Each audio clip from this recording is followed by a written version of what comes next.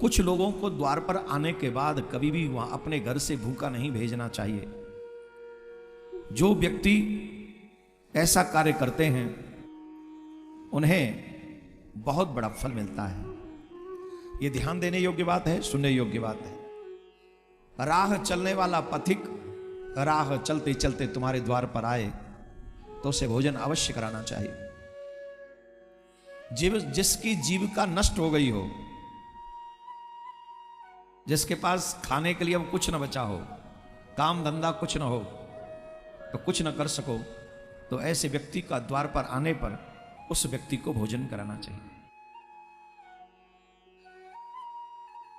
जो पुरुष विद्यार्थी हो, गुरु की सेवा में हो, अपना स्वयं का कुछ न हो, गुरु की सेवा में रहने वाले पुरुष को भोजन कराना चाहिए।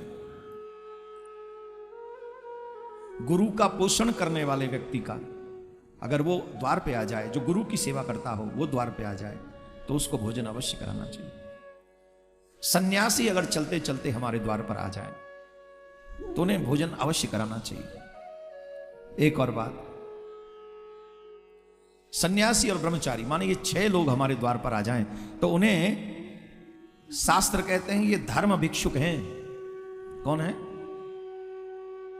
ये धर्म के अनुसार धर्म भिक्षुक हैं। इन्हें कभी भी अपने द्वार से भूखा नहीं लौटाना चाहिए। इन्हें भोजन कराकर ही उन्हें अपने घर से विदा करना चाहिए। और जो मनुष्य इन्हें अपने घर से भोजन कराकर विदा करते हैं वो बहुत बड़ा यज्ञ का फल प्राप्त कर लेते हैं। दूसरा,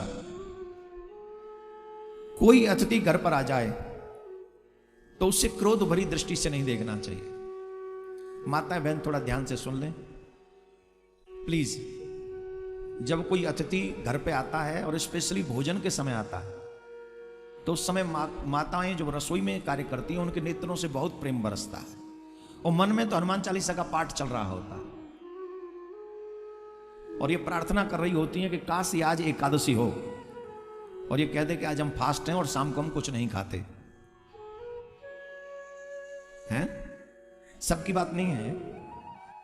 मन में कौन कौन सी प्रार्थना निकलती हैं उस समय जब भोजन बनाने की बात आ जाए कि अब बनाना पड़ेगा, वो भी थोड़े लेट हो जाए, लगभग 10:30 बजे करीब, सर्दी के दिन हो।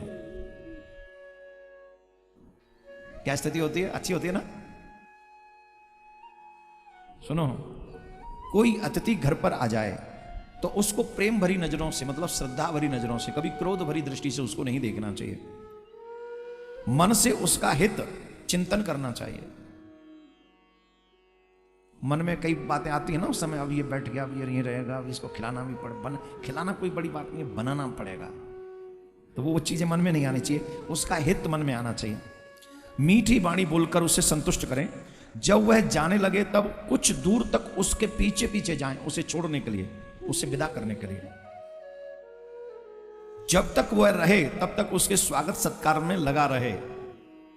जो सदगृहस्थी द्वार पर आए हुए अतिथि के साथ ऐसा व्यवहार करता है, ये 5 काम करने पर गृहस्थ के लिए ये पंच दक्षिण यज्ञ कहलाते हैं। ये यज्ञ है, पंच दक्षिण यज्ञ हो गए मात्र इतने भर से सदगृहस्थ के लिए। अतिथि का इतना स्वागत आप कर लें, क्रोध भरी नजर से न देखें, मीठी वाणी से उसका सत्कार करें, भोजन इत्यादि उससे दें और मन में कोई कुंठा उसके लिए न लगाएं। और जब वो जाने लगे तब कुछ दूर तक उसे विदा करने जाएं।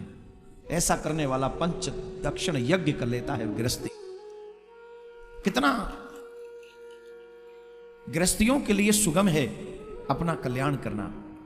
तो इन कार्यों को हमें तो सीखना ही है, साथ में हमारे बच्चों को भी सिखाना है। आपके बाद आपके गृहस्थ को, घर को आप ही के बच्चे संभालेंगे। छोटी छोटी बिटियाओं को यह बात सिखानी चाहिए। जब भी कोई द्वार पर आ जाए तो स्वयं तो सेवा करनी है, साथ में बच्चों को भी सेवा करवानी है।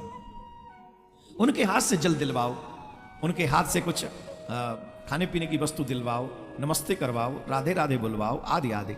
उन बच्चों को यह सिखाओ बचपन से, बिफोर टीन एज। अगर आप चाहते हो कि आपके बुढ़ापे में सब ठीक ठाक बना रहे तो जितना आप समय अपने बच्चों पर बिफोर टीन एज दे लेंगे, उतना ही आपके बच्चे जीवन भर आपको सुख देंगे। ये पाठ सीख लीजिए। क्या बोलेंगे? ऐसे नहीं, जोर से बोलेंगे। ये सदगृहस्थियों के लिए था। एक संसारियों के लिए एक अच्छी बात बता रहा हूं। जो रात में मोबाइल यूज करते हैं उनके लिए।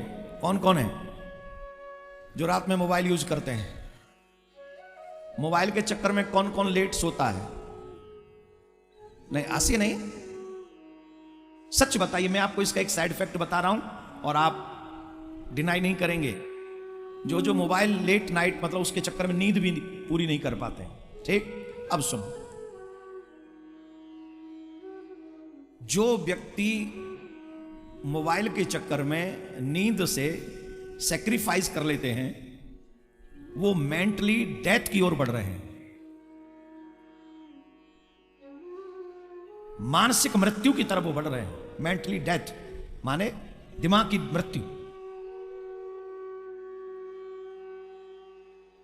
शरीर को रेस्ट देना और उचित समय पर रेस्ट देना, ये तुम्हारे सेल्सों को बनाता है, माइंड के सेल्स को ग्रो अप करता है। जैसे मोबाइल को आप चार्जिंग पे लगाते हो, बिना चार्जिंग के तो मोबाइल यूज करोगे नहीं। कम में निकालो, फिर थोड़ा चार्ज करो, फिर कम में निकालो, फिर थोड़ा चार्ज करो, तो मोबाइल खराब हो जाता है, बैटरी खराब हो जाती है। होती है कि नहीं? The same thing with my mind. इस माइंड को शार्प रहने के लिए बहुत जरूरी है फुली रेस्ट एट नाइट। रात्रि में इसका सोना बहुत जरूरी है शरीर का। जब ये शरीर रेस्ट करता है ऑन टाइम, तब हमारे जो पूरे दिन भर के बेड सेल्स हैं, उन बेड सेल्स को न्यू सेल्स जब बढ़ते हैं, उनको किल करते हैं। जब आप सो रहे होते हैं तब वो सेल्स अपना काम करते हैं। कब करते हैं? जब गहरी नींद में मनुष्य चला जाता है, तब वो सेल्स जगते हैं और वो माइंड में जितना भी कीचड़ जमा है, पूरे दिन भर का जो कीचड़ है, उसे वो मारता है। और जब वो कीचड़ रूपी सेल्स मर जाते हैं, नए सेल्स में पावर आ जाती है, तो आपका माइंड शार्प बना रहता है, कमजोर नहीं पड़ता। लेकिन अगर वो सेल्स, आप सोओगे नहीं तो उन सेल्स को पूरा काम करने का अवसर नहीं मिलेगा।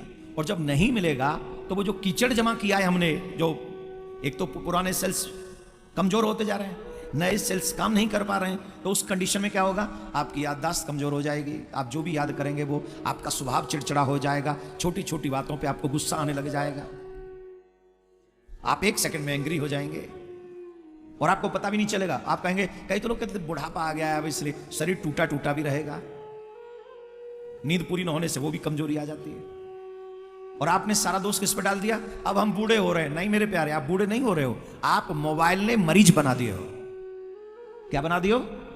मोबाइल ने मरीज बना दिए हो, जिसके कारण आपकी याददाश्त कमजोर हो रही है, आपकी नींद कमजोर हो रही है और आपकी बॉडी भी कमजोर हो रही है, आपका माइंड कमजोर हो रहा है। तो अगर आप चाहते हैं कि ये सब ना हो, तो प्लीज सोने के टाइम में सोइए, खाने के टाइम में खाइए, कमाने के टाइम में कमाइए, पढ़ने के टाइम में पढ़िए। उसके बाद अगर कोई समय मिले, then you can use your mobile, not too much.